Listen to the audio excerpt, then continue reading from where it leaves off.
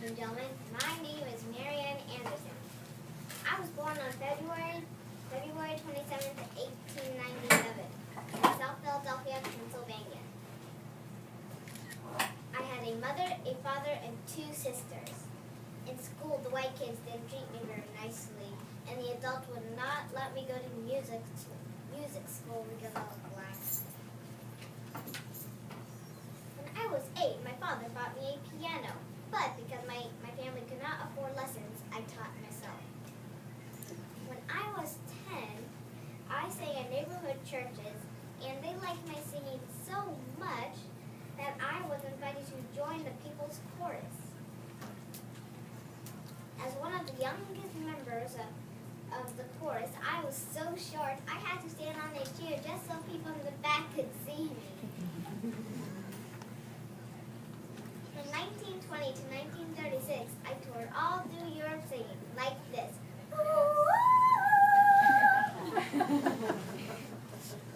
I was invited to perform in concert halls in Norway, Sweden, Finland, and Denmark.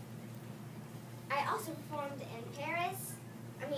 London, Paris, and Salzburg, where I met the famous conductor Arturo Toscanini.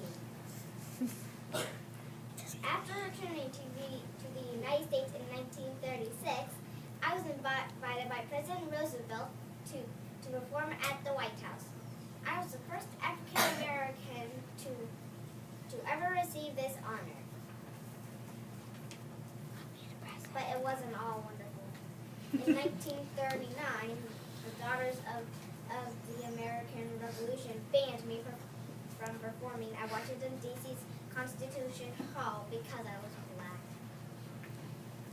In protest of my treatment, the First Lady Eleanor Roosevelt, who was a member of the Daughters of the American Revolution, resigned.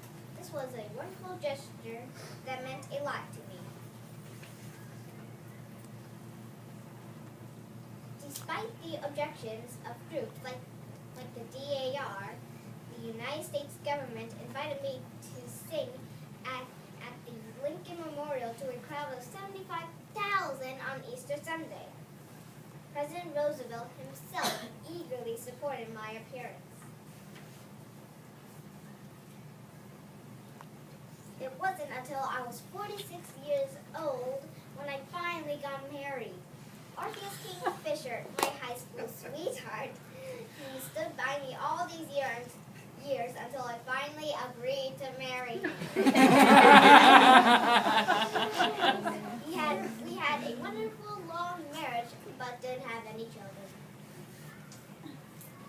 For almost 16 years after my Lincoln Memorial performance, I sang for kings and queens, presidents and prime ministers. I received medals, awards, and honorary degrees for my magnificent voice. Yet there was still one place I had not sung that meant more to me than any other place in the world. Finally, in January 1955, my dream came true!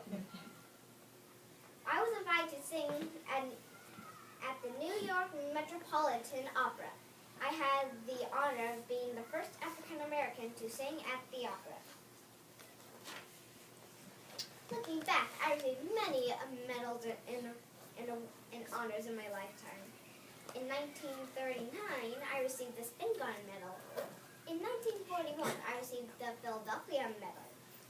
I used the prize money to establish the Marianne Anderson Scholarship Fund for young singers. In 1977, I was awarded the United Nations Peace Prize. In 1984, New York City honored me as the first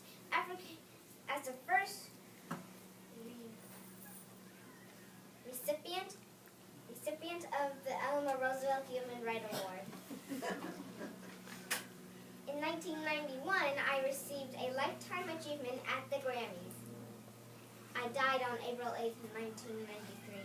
In my lifetime, I had many achievements, but the greatest was being the first African American to sing for a president, which opened doors for all African American singers. My beautiful voice spoke louder than words. Even though our nation was divided with racism, I showed dignity and grace. Just as Jackie Robinson broke the color barrier for baseball, I broke the color barrier for music.